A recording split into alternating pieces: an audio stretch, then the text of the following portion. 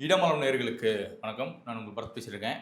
தொடர்ந்து இங்க கூட்டணி பிரச்சனை அப்படின்றது அதிமுக கூட்டணி தவிர்த்து மீதி எல்லா கட்சிக்கும் இங்க இருந்துட்டு தான் இருக்கு. குறிப்பா திமுகவுடைய அந்த மெகா கூட்டணிக்கு அந்த பிரச்சனை போயிட்டு இருக்கு. கூட்டணி பிரச்சனை. இங்க வந்து பார்த்தோம்னா தமிழக வெற்றி கழகத்துக்கும் அந்த பிரச்சனை போயிட்டு இருக்கு. இதுல நாம் தமிழர் கட்சி மறுபடியும் அறிவிச்சிட்டாங்க. நாங்க தனியா தான் நின்னு போராட போறோம். எங்க களம் எப்போதும் தனியா தான் இருக்கும் அப்படின்னு சொல்லி அவங்களும் சொல்லிட்டாங்க. இப்ப என்னன்னா திமுக கூட்டணி விட்டுருங்க. அது உருப்படாத கூட்டணி. அத அப்புறம் பார்ப்போம். அதிமுக கூட்டணி ஒரு வெற்றி கூட்டணி. அத அப்புறம் அத ஓரம் வச்சுருவோம். சீமான் தனியா நிக்க போறார். அதுல பாயிண்டே இல்ல. அதையும் ஓரம் வச்சுருவோம். ஆனா, புதிதாக கட்சி ஆரம்பித்த விஜய் அவர்கள், தமிழக வெற்றி கழகம் அப்படின்ற கட்சி ஆரம்பிச்சு கிட்டத்தட்ட 1½ வருஷம் கிட்ட ஆகப்போகுது. அதுக்கு சிறப்பு விழா வேற எடுத்து கொண்டாடிட்டு இருக்காங்க. பட் இந்த சூழல்ல தேர்தல் நெருங்கிட்டு இருக்கக்கூடிய இந்த வேளையில அவங்க இன்னும் கூட்டணி அப்படின்ற ஒரு விஷயத்த அவங்க கொண்டு வரவே இல்ல. கூட்டணி கட்சிகள் அதாவது மாற்று கட்சிகள் தாவேக்காவை ஒதுக்குறாங்களா? இல்ல தாவேக்கா வேற ஏதாவது பெருசா எதிர்பார்க்குறாங்களா? அப்படிங்கிறத பத்தி பேசுறதுக்காக ஹரிஷ் அவர்கள் நம்ம கூட இணைஞ்சிருக்காங்க. பிரதர் வணக்கம். வணக்கம். நான் இப்போ சொன்ன மாரி தான். தமிழக வெற்றி கழகம் என்ன எதிர்பார்க்குறாங்க? அவங்களுக்கு ஏன் கூட்டணியில இவ்ளோ சிக்கல்? இல்ல அவங்க வந்து அதிமுக கூட்டணி கிடைக்குமா அப்படின்னு பார்த்தாங்க. அதிமுக பாஜகவோட ட்ராவல் பண்ணுறதுக்கு ரெடி அப்படின்னு போயிட்டாங்க. ஏன்னா 80 சீட் வரைக்கும் கேட்குறாங்க தாவேக்கா அதிமுக கூட்டணியில். 80 சீட் கொடுத்தாதான் வர்த்தாங்கிறது எனக்கு தெரியல. ஏன்னா இன்னும் வந்து கிளை கழகம் நிர்வாகிகள் உட்பட பெரிய லெவலில் கிரவுண்ட் லெவலில் பெருசாக தாவேக்கா வளரலை. அவங்களுக்கு வந்து சிட்டி ஏரியாவில் அர்பன் ஏரியாஸ்லலாம் ஓரளவு நல்ல சப்போர்ட் இருக்குது. ரூரலில் சப்போர்ட் இல்லை. ஸோ அதனால் வந்து நீங்கள் வந்து அர்பன் ஏரியா சப்போர்ட்டை மட்டுமே வச்சுக்கிட்டு நீங்கள் வந்து வாக்குகளை வாங்கிட முடியுமா அப்படின்னா அதுக்கு பாசிபிலிட்டி இல்லை. ரெண்டாவது விஜயோட ஓட்டு அதிமுக ட்ரான்ஸ்ஃபர் ஆகுமா அப்படின்னு கேட்டால் அதுக்கும் பாசிபிலிட்டி இல்லைன்னு நான் சொல்லுவேன். விஜயோட வாக்குகள் கம்ப்ளீட்டாக சிறுபான்மை சமூகத்துடைய வாக்குகள். ரெண்டாவது அது வந்து இளைஞர்களுடைய வாக்குகளாக இருக்க போகுது. முதல் முறை வாக்காளர்கள் தாண்டி 20லேருந்து 25 வயதுடைய இளைஞர்களுடைய வாக்குகளாக தான் அது இருக்க போகுது. ஸோ அப்போ அந்த வாக்குகள் எல்லாம் அதிமுகவுக்கு ட்ரான்ஸ்ஃபர் ஆகுமா? அதுவும் எடப்பாடி பழனிசாமி அவர்களை முதல்வர் வேட்பாளராக அனௌன்ஸ் பண்ணதுக்கப்புறம் அது ட்ரான்ஸ்ஃபர் ஆகுமா அப்படின்னு கேட்டால் அதுக்கான பாசிபிலிட்டி இல்லைன்னு நான் சொல்லுவேன். ஏன்னா அந்த வாக்காளர்கள் எல்லாம் வந்து விஜயை வந்து சிஎம் கேண்டிடேட்டாக ப்ரொஜெக்ட் பண்ணி போனால் மட்டும்தான் அவங்களுடைய ஓட்டு விழும்.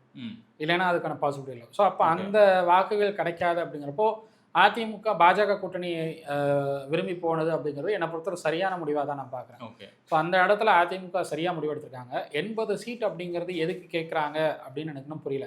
ஏன்னா கட்சி ஆரம்பித்து 1 வருஷம் தான் ஆகுது. நீங்கள் உங்களுடைய ஓட் பேங்க் என்னன்னே நீங்கள் நிரூபிக்கல. 10% நிரூபித்த விஜயகாந்த் அவர்களுக்கே 41 சீட் தான் கொடுத்தாங்க அதிமுக. அப்படி இருக்கிறப்போ நீங்கள் வந்து கட்சி இப்போ தான் ஆரம்பித்து நீங்கள் இன்னும் எலெக்ஷனே கண்டெஸ்ட் பண்ணல. நாடாளுமன்ற தேர்தலை கண்டெஸ்ட் பண்ணி ஒரு குறிப்பிட்ட சதவீதம் நீங்கள் வாங்கியிருந்தா கூட ஓகே அப்படின்னு அக்செப்ட் பண்ணிக்கலாம். நாடாளுமன்ற தேர்தலையே புறக்கணிச்சுட்டு ஓடினவங்க நீங்கள். அப்படி இருக்கிறப்போ நீங்கள் வந்து 80 சீட் கொடுத்தா தான் நாங்கள் கூட்டணிக்கு வருவோம்னு சொன்னதுனால தான் அந்த கூட்டணி வேணாம் அப்படின்னு சொல்லி அதிமுக நகர்ந்தாங்க. இன்றைக்கி வந்துட்டு அதிமுக எங்களுக்கு தேவையில்லை, அதிமுக பாஜகவோட போயிடுச்சு, தொடர் தோல்விகளை அதிமுக சந்திச்சுட்டு இருக்கு. தொடர் தோல்விகள் எங்கே சந்திச்சாங்க அதிமுக? திமுக சந்திக்கல தொடர் தோல்விகள்.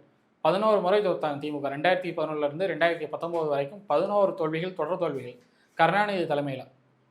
அப்போது கருணாநிதி தன்னுடைய தலைமையில் திமுக சரிவர நடத்தலன்னு சொல்ல முடியுமா? கருணாநிதி எவ்வளோ பெரிய தலைவர்னு நீங்கள் தான் பாராட்டுறீங்க. அதுக்காக ஸ்டாலின் நல்லா நடத்துறாருன்னு சொல்லிடாதீங்க. ஏன்னா ஆட்சிக்கு லட்சணம் ஸ்டாலினுடைய ஆட்சி லட்சணம் எல்லாருமே தெரியும். அவர் வந்து ஆட்சி நிர்வாகம் கருணாநிதி இருந்திருந்தால் கூட ஓரளவு நல்லா நடந்திருக்கும் அப்படின்னு சொல்லுவாங்க. தவிர ஸ்டாலினுக்கு அந்த அளவுக்கு நிர்வாகம் பண்ண தெரியல அப்படிங்கிறது எல்லாருடைய கருத்து. ஸோ அதனால் வந்து இந்த ஆட்சி நிர்வாகம் வேறு. பட் வந்து 2019 வரைக்கும் திமுக தொடர் தோல்வியை சந்திக்குது அப்படின்னா கருணாநிதி தலைமையில் இருந்த திமுக தான் அந்த தோல்விகளை சந்திச்சது. இப்போ கருணாநிதி தலைமையிலான கருணாநிதி வந்து திமுக வந்து சரியாக வழி நடத்தலாம்னு சொல்ல முடியுமா? இதே ஆதவர்ஜனா தான் கருணாநிதி அவர்களை வந்து புகழ்கிறாரு. மாபெரும் தலைவர், தமிழ்நாட்டை புதிதாக மாற்றி காட்டிய தலைவர், புரட்சி தலைவருங்கிற ரேஞ்சுக்கெல்லாம் போடுறீங்கல்ல. அப்போ அந்த கருணாநிதி தலைமையிலான திமுக தோற்றுருக்கு. 11 தோல்விகள் தொடர்ந்து தோற்றுருக்கு. அப்போ அந்த திமுக தோல்வி அடைஞ்ச திமுகவை நீங்கள் தான் ஜெயிக்க வச்சிங்க 2021. நான் தான் ஒர்க் பண்ணேன், நான் தான் எங்களுடைய டீம் தான் ஒர்க் பண்ணிச்சுன்னு நீங்கள் தான் சொன்னீங்க.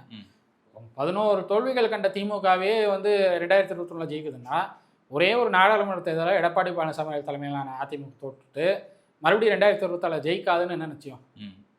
பாசிபிலிட்டி இருக்குது. இல்லை நம்ம 21 எடுத்துட்டாலுமே ஒரு 3% தான் கம்மி. பெரிய அது இல்லை 21 கூட உங்களுக்கு வந்து இரட்டை தலைமைங்க. 21 வந்து எடப்பாடி பழனிசாமி அவர்களுக்கு ஃபேவரான தொகுதிகள் எல்லாத்துலேயும் அதிமுக ஜெயிச்சிட்டாங்க. சவுத்தில் வந்து தோற்றதுக்கான காரணம் ஓபிஎஸ். அவர் தான் வந்து கட்சியினுடைய ஒருங்கிணைப்பாளர். அவர் தான் வந்து பிரச்சாரத்தை முன்னெடுத்துட்டு போகணும். கட்சியில் வந்து எனக்கு தலைவர் பதவி தேவைன்னு போராடுறாருல, இப்போ பிரச்சாரத்தை முன்னெடுத்துட்டு போகணும். வன்னியர் சமூகத்துக்கு உள்ளொதுக்கீடு கொடுக்குறாங்கன்னா அந்த உள்ளொதுக்கீடுனால மற்ற சமூகம் பாதிக்கப்படாதுங்கிறதுக்கான கருத்துக்களை வலுவாக முன்வைக்க வேண்டிய நபர் ஓபிஎஸ் தான். ஏன்னா அவர் தான் அந்த சமூகத்தை சேர்ந்தவர். முக்குளத்தோர் சமூகத்தை சேர்ந்த முக்குளத்தோர் சமூகத்திற்கும் இதுக்கும் எந்த விதமான பாதிப்பும் இல்லை அப்படிங்கிறத அன்னைக்கு வலுவாக வச்சிருக்கணும் கருத்தை. ஆமாம், கண்டிப்பாக. கருணாஸ் வந்து உங்களுக்கு வந்து கன்வெர்டட் கிறிஸ்டியன் கருணாஸ், அவர் வந்து முக்குளத்து சமூகம் பாதிக்கப்படுது, ஓபிஎஸ் துரோகம் பண்ணிட்டாருன்னு சொல்லும்போது அப்போ கூட அமைதி காத்தார் ஓபிஎஸ். ஏன் உங்களுக்கு கருணாஸ் கிட்ட பணம் வாங்கிட்டார் ஓபிஎஸ்? ஸோ உங்களுக்கு வந்து அன்னைக்கு வந்து ஓபிஎஸ் பண்ண தவறுனால தான் வந்து அதிமுக ஆட்சி இழந்ததுன்னு நான் பார்க்குறேன். இல்லைன்னா அதிமுக மீண்டும் ஆட்சிக்கு வந்திருக்காங்க பாசிபிலிட்டி தான் இருந்துச்சு. பட் உங்களுக்கு வந்து ஒரு தோல்வி அப்படிங்கிறது கம்ப்ளீட்டாக ஒரு கட்சியை வந்து எரேஸ் பண்ண முடியாதுன்னு நான் பார்க்குறேன். இதே தான் வந்து பிரசாந்த் கிஷோரும் சொல்கிறாரு. அதிமுக ஒரே ஒரு தோல்வியை சந்திச்சிருக்காங்க, அதுக்காக வந்து அதிமுக கம்ப்ளீட்டாக எரேஸ் பண்ணிட முடியாது. அதிமுக வலுவான கட்சி தான், அதிமுக குறைத்து மதிப்பிட முடியாது. 2-3 தடவை சம்பவம் நடந்திருக்குங்க. இதே மாதிரியான சம்பவமும் ஆல்ரெடி நடந்திருக்கு. அப்படி இருந்தும் மறுபடியும் ஒவ்வொரு மாபெரும் தலைவர்கள் வந்து இந்த அதிமுகவை நிமிர்த்தி வச்சிருக்காங்க. இப்போ என்னன்னா, நீங்கள் சொல்கிறீங்க விஜய் வந்து 80 சீட்டு கேட்குறாரு அப்படின்னு. நான் ஒரு செய்தி கேள்விப்பட்டேன், பாஜக 60 சீட்லேருந்து 40 60 சீட்டு கேட்க போகிறாங்கன்னு நான் ஒரு செய்தி கேள்விப்பட்டேன். அப்போது இந்த அளவுக்கு எதிர்கட்சிகளுக்கு, அதாவது கூட்டணி கட்சிகளுக்கு இந்த அளவுக்கு அவங்க சீட்டுகளை வாரி வழங்குவாங்களா?